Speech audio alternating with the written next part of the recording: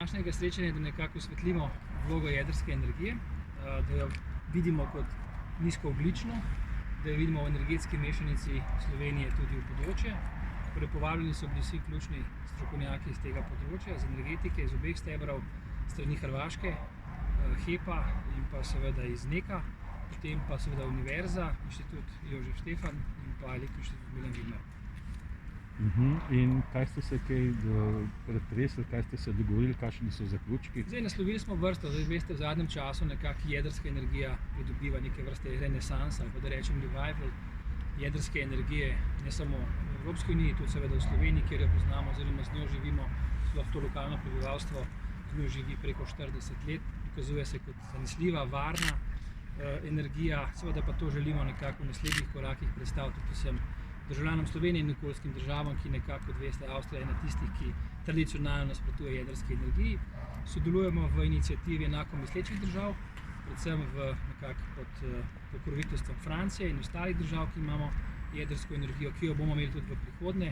Prizadevanja, ki gredo glede taksonomije, torej uvrstitve jedrske energije, da je vidna kot zelena. Potem pa seveda v izobraževalni sistem smo se pogovarjali z kolegi iz Elektroinštituta Milan Vidmar in Inštituta Jožef Stefan, se pravi, potrebovali bomo ali pa popularizirali vlogo študija, če rečem jedrskega, da bo to neke vrste prihodnost, naslednjih 60 let zagotovo, če bomo šli v drugi blok, predvsem pa z prvim blokom podaljšanjem življenjske dobe nekako te stvari naslovili in pa seveda z kolegom iz HSE naslovili vprašanje zaprtja oziroma prenehanja uporabe premoga v Sloveniji, se pravi 1/3 z letom 2033 nekako se preneha uporabljati, ta manjko, kako ga nadomestiti, s katerimi viri, se pravi, zaključujemo z kombinacijo obnovljivih virov in pa jedrske energije. A je bilo s hrvaško stranjo tudi že kaj govora glede potencialnega partnerstva pri drugem bloku? Ne, s hrvaško stranjo smo pogovarjamo o 40-letnem dobrem sodelovanju, seveda z nekaterimi takšnimi drugačnimi nihaji, ampak jaz mislim, da v zadnjih nekaj letih je to sodelovanje z hrvaško stranjo odlično, kar tudi partnerji iz Hrvaške priznavajo. Pa glede taksonomije, ki ste jo omenili, zdaj do konca leta naj bi se pač Evropska komisija odločila jedrsko da ali ne med zelene naložbe. Kaj, če ne bo jedrska uvrščena med zelene naložbe? Kako potem naprej glede JEK2? Jaz sem prepričan, da bo, vsaj za signali, ki prihajajo z komisije, ne nazadnje predsednica komisije von der Leyenova govori o obnovljivih virih energije, o zelenem prehodu, ki ne bo mogoč brez zanesljivega vira, to pa je jedrska energija in pa neke vrste mogoče še zemeljski plin kot prehodni energent. Tako da vsi signali, ki prihajajo iz Evropske komisije, ki naj bi izdala ta prvi in drugi delegiran akt, gredo v smer, da bo jedrska energija prepoznana kot tista, kot zelena, kar bo tudi pozitiven signal potem vsem finančnim investitorjem ali pa potencialnim tistim družbam, ki bi sodelovali pri investiranju. Kaj pa glede referenduma? Se morda že kaj več ve, kdaj bo ta referendum glede drugega bloka? Jaz mislim, da najprej je potrebno vse te postopke, kar se tiče investitor speljati, umeščanje v prostor, finančna konstrukcija in nekje pred dokončno odločitvijo, se pravi tisto dokončno finančno odločitvijo najverjetneje sprejeti še vse ostale, prepričati lastnika, se pravi in nadzorni svet in državo, potem pa bomo videli, kako gre naprej.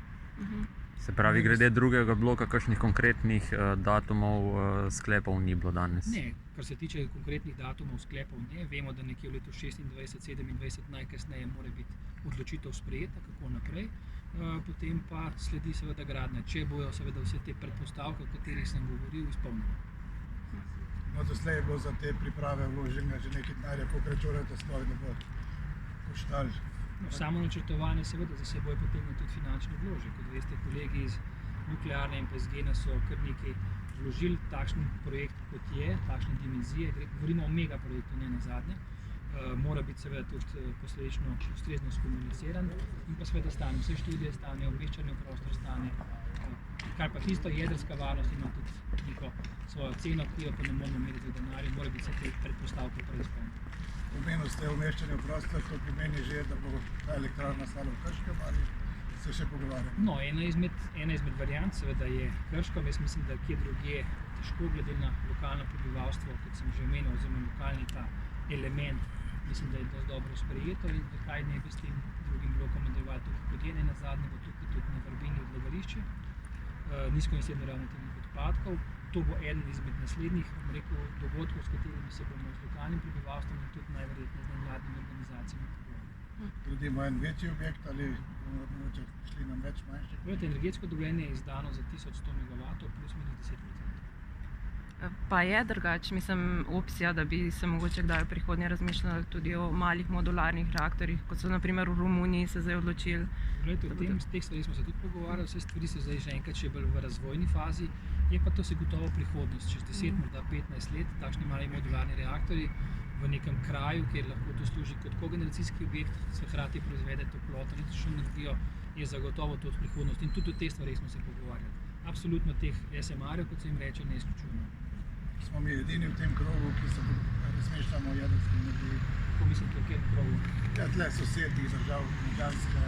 Mislim, pogledajte, Madžari razmišljajo o tem, Madžari gradijo 2 reaktorja, gradijo, oziroma Čehi razmišljajo intenzivno o tem, tudi država, ki ima jedrsko, Slovaki, Poljaki, so nekako te države okolice nas, ki so nekako pripričane, da je jedrska energija tista prava za prihodnost.